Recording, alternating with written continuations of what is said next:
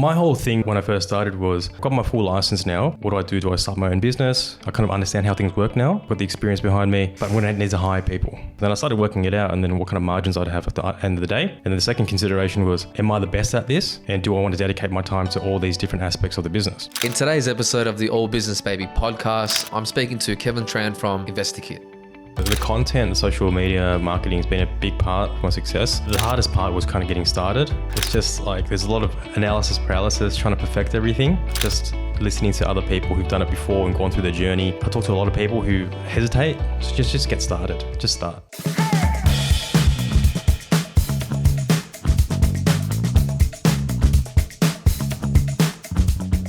We've known each other for about, I'd say, close to 10 years now, and I followed your journey.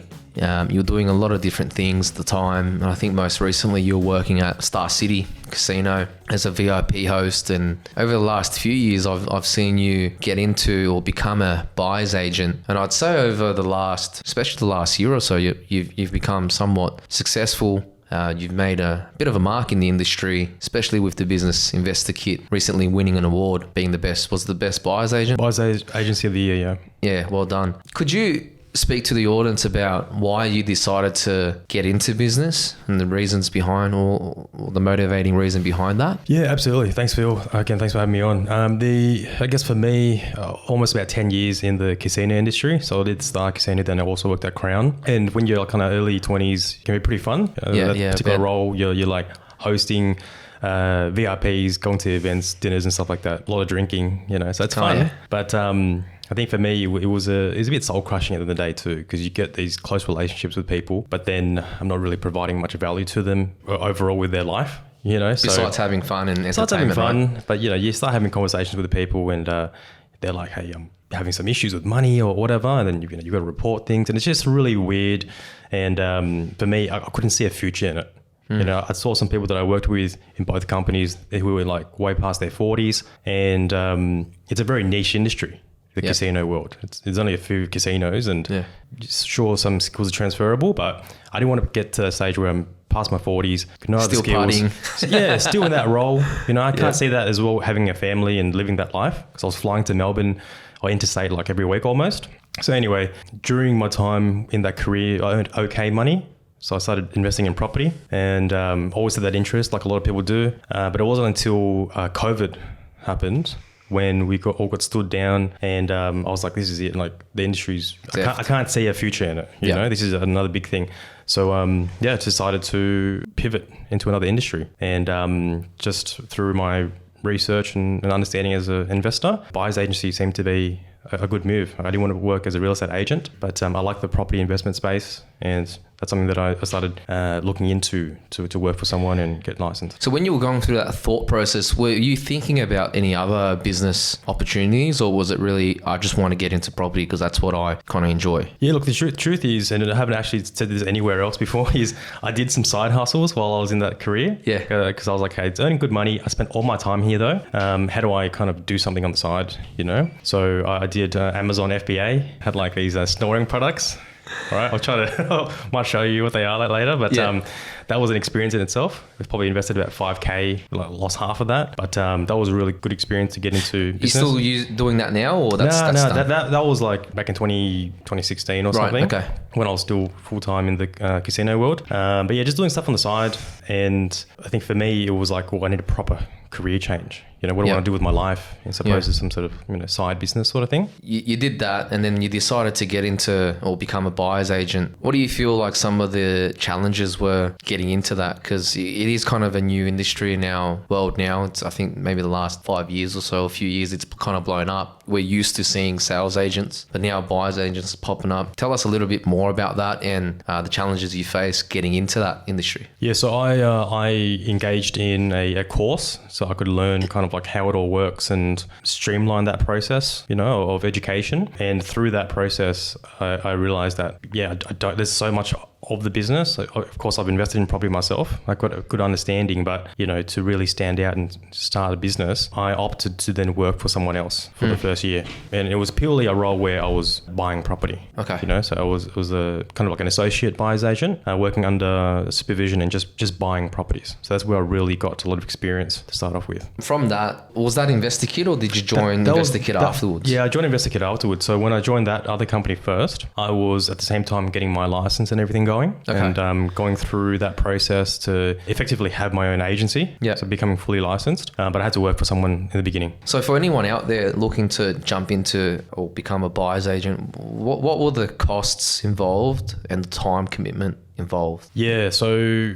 licensing is the biggest one. It depends on how you want to run the business. If you want to have it under a company or just be a sole trader. So you want to have an individual license, but then also you may need to get a corporate license. Right, and which one did you opt to? So I did both. I wanted to have my own company and go through there and have protection outside of my personal assets. So there's that's the big cost. How much did that cost you, and how long was that course or that accreditation? It changes all the time. So I did this back, must have been 3 or 4 years ago now. So to get licensed, initially you need to get a certificate of registration in New South Wales, working under someone, and then from there you get a class 2, and then you get a class 1. From that class 1 you can start your own business, sort of thing. It takes over a year overall, and your total costs would run into the thousands, depending on how long you want to have the license for. So it does change quite a bit, and that's just for the individual license. Then the corporate license as well is going to be a bit more. That took you probably about a year or so? Yeah, I'd say like over a year. Yeah, and then that was also simultaneously you were working with that other business before you decided, okay, I'm licensed now, I'm ready to go, I'm going to join or work with InvestorKit. Tell us a little bit about that working relationship, how that's structured, because I know it's not your business that you started, you've joined someone else's, but what's the structure, what's the relationship there? Yep, so I operate under my own company and effectively contracting with InvestorKit. So the way that we've decided to have that relationship was kind of like a teaming up, like a non-equity partnership sort of thing. So we work closely. I've got leverage. I can leverage off the whole team there and all the resources. We split costs and profits as well. In a nutshell, that's kind of what it's looking like. And as things evolve, as our team and my particular team evolves as well, then we're looking into working what that structure looks like, because it's kind of a new thing. Yes. It's a very new model that we're working off. So it's kind of like a hybrid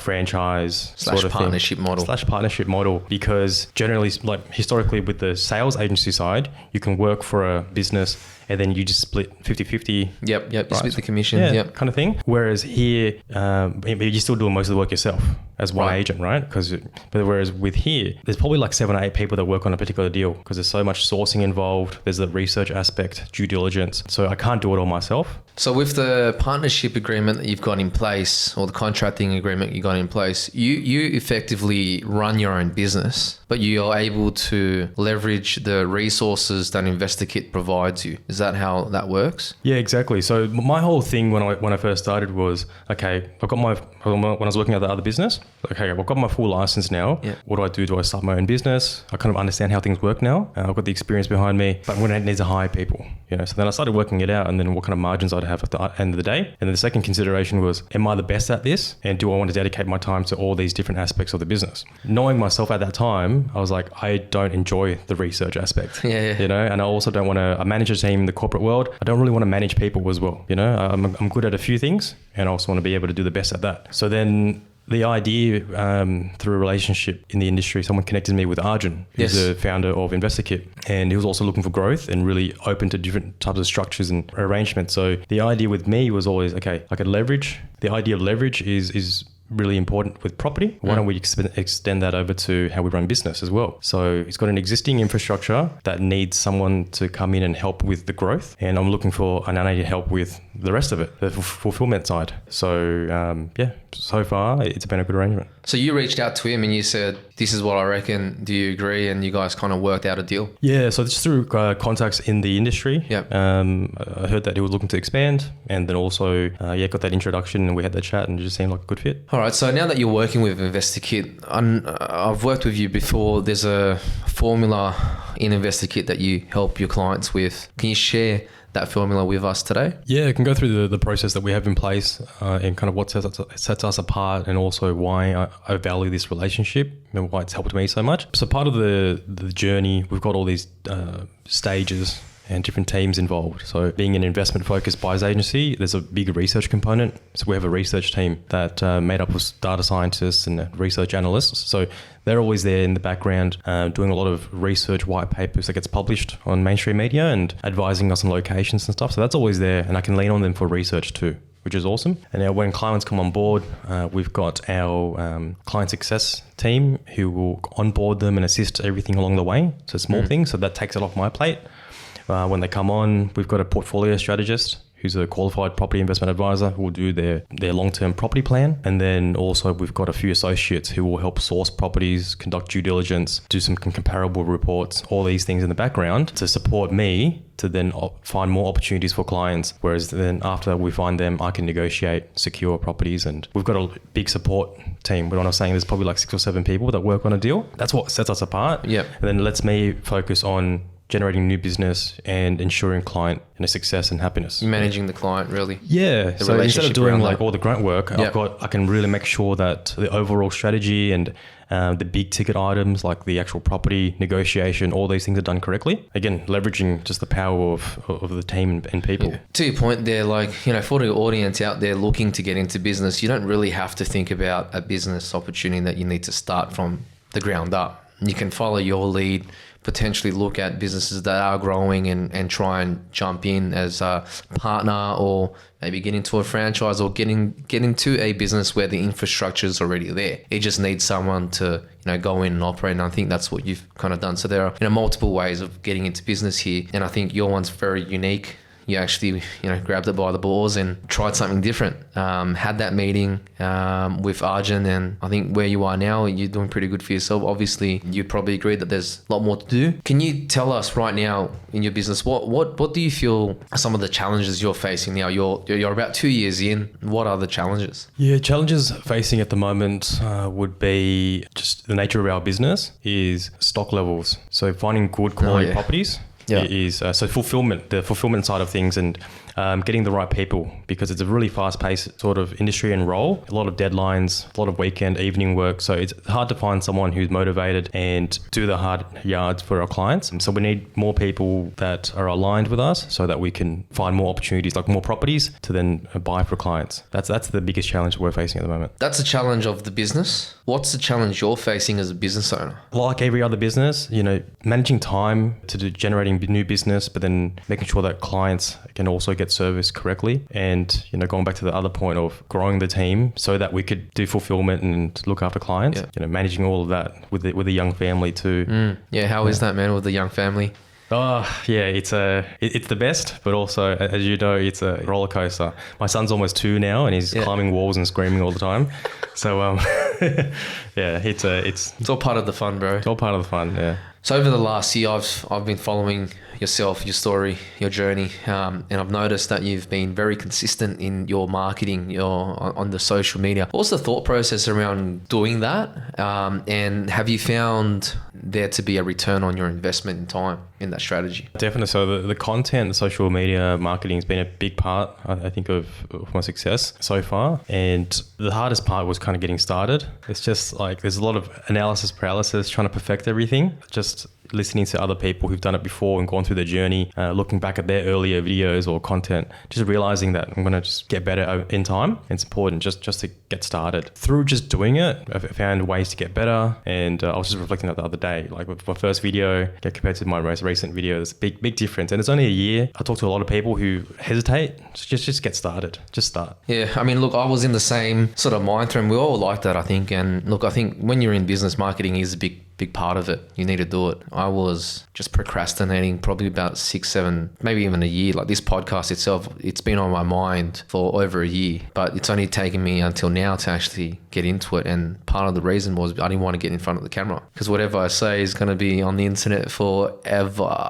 You know what I mean? So if you fuck something up, it's there forever, right? So, and being Asian, right? You're never really good at, well, I was never really good at public speaking. So I really made a concerted effort to really focus on that, on my communication skills and more so public speaking skills. So I believe I've been working on that. I will still stumble here and there, but I definitely reflect back and think, a year ago, shit, I was nowhere near what I am now. Not perfect, still got a long way to go, but you make progress. And I think that's a tip for anyone out there looking to, get into content marketing.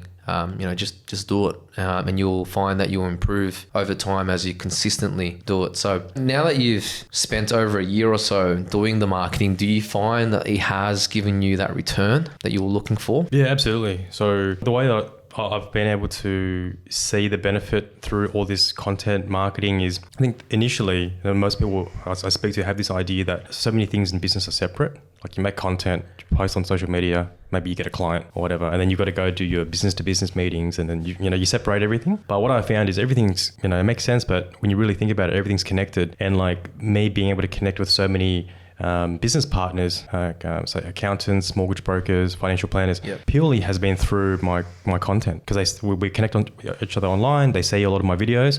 By the time we actually speak, there's a lot of familiarity already. They're used to seeing your face. Yeah, so online, that's been the more powerful. I've been able to get inquiries and clients purely through social media channels, but most of it's been connecting with other people who.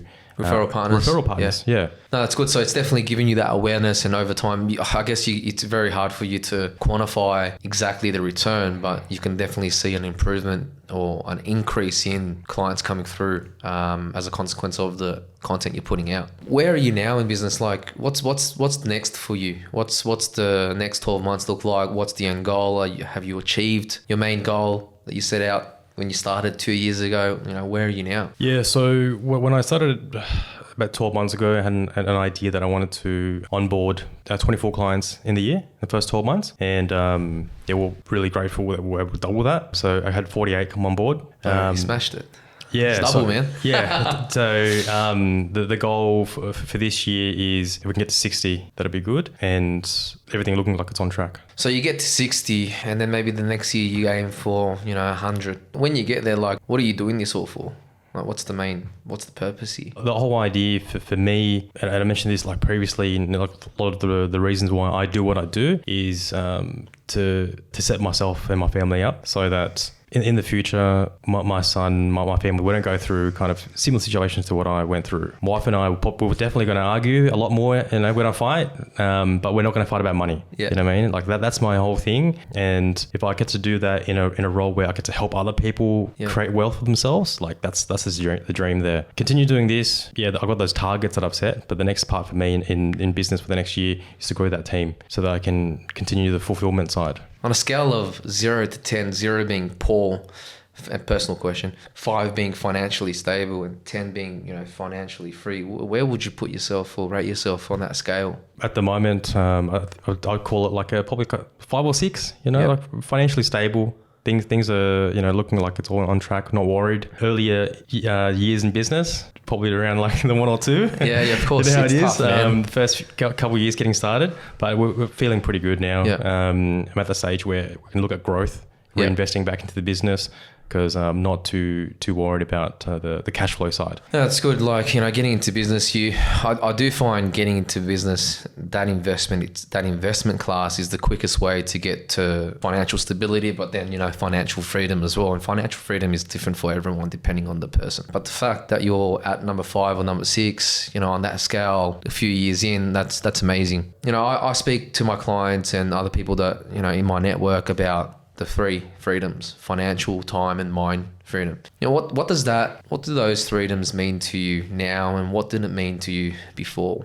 The financial aspect aside, like the time freedom has always been a big thing for me. In my previous role, it was just long hours that I was just stuck at the casino, hosting events, whatever, traveling. And like I was saying before, I couldn't see myself doing that when I had a family. So during COVID, working from home became a thing, and just realized how awesome that was. The arrangement that I have now is I work mostly from home, and just having that freedom to be around my kid, is awesome. So that's like one that I put at the forefront of what's important. Then of course, making sure that we can not worry about bills or money.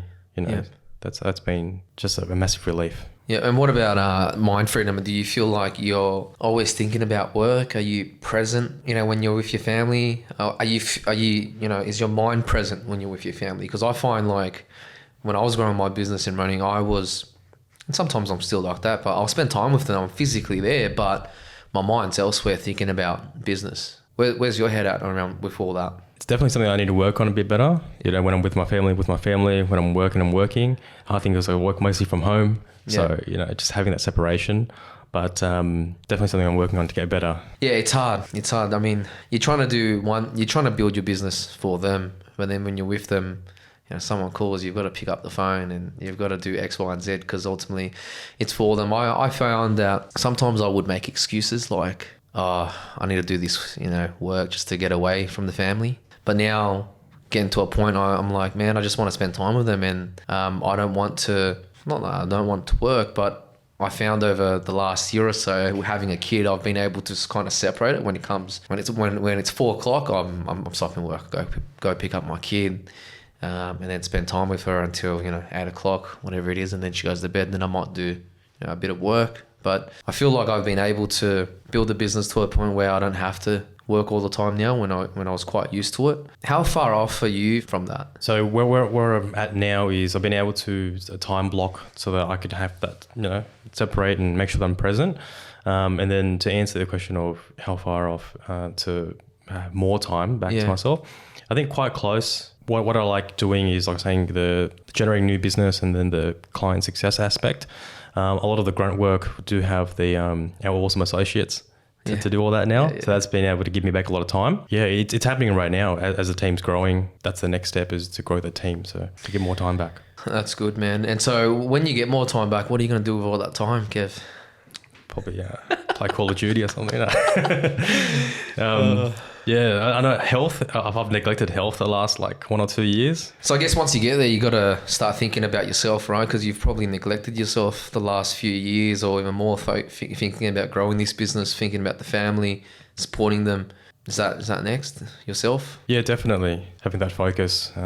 Because obviously, as we know, health is wealth, and it's an area that definitely gained a few kilos over the years and not slept that much. We all have, man. It's all right, man. We're dads, so it's okay to have the dad bod. I told myself I'm not going to have a dad bod, but it's happening anyway. I had a dad bod my whole life, but now I can actually, be confident with it because I've got a kid now. But before it's like, no, you have the excuse now. Well, this is all we have time for today, Kev. I really appreciate your time, Join. I know you've got a busy schedule. Appreciate you coming on. Thanks, man. Thanks, man. So if you're about to begin your business journey, or you're currently going through your business journey, tune into future episodes so that you can learn more and find a supportive community. Otherwise, follow me on LinkedIn for more.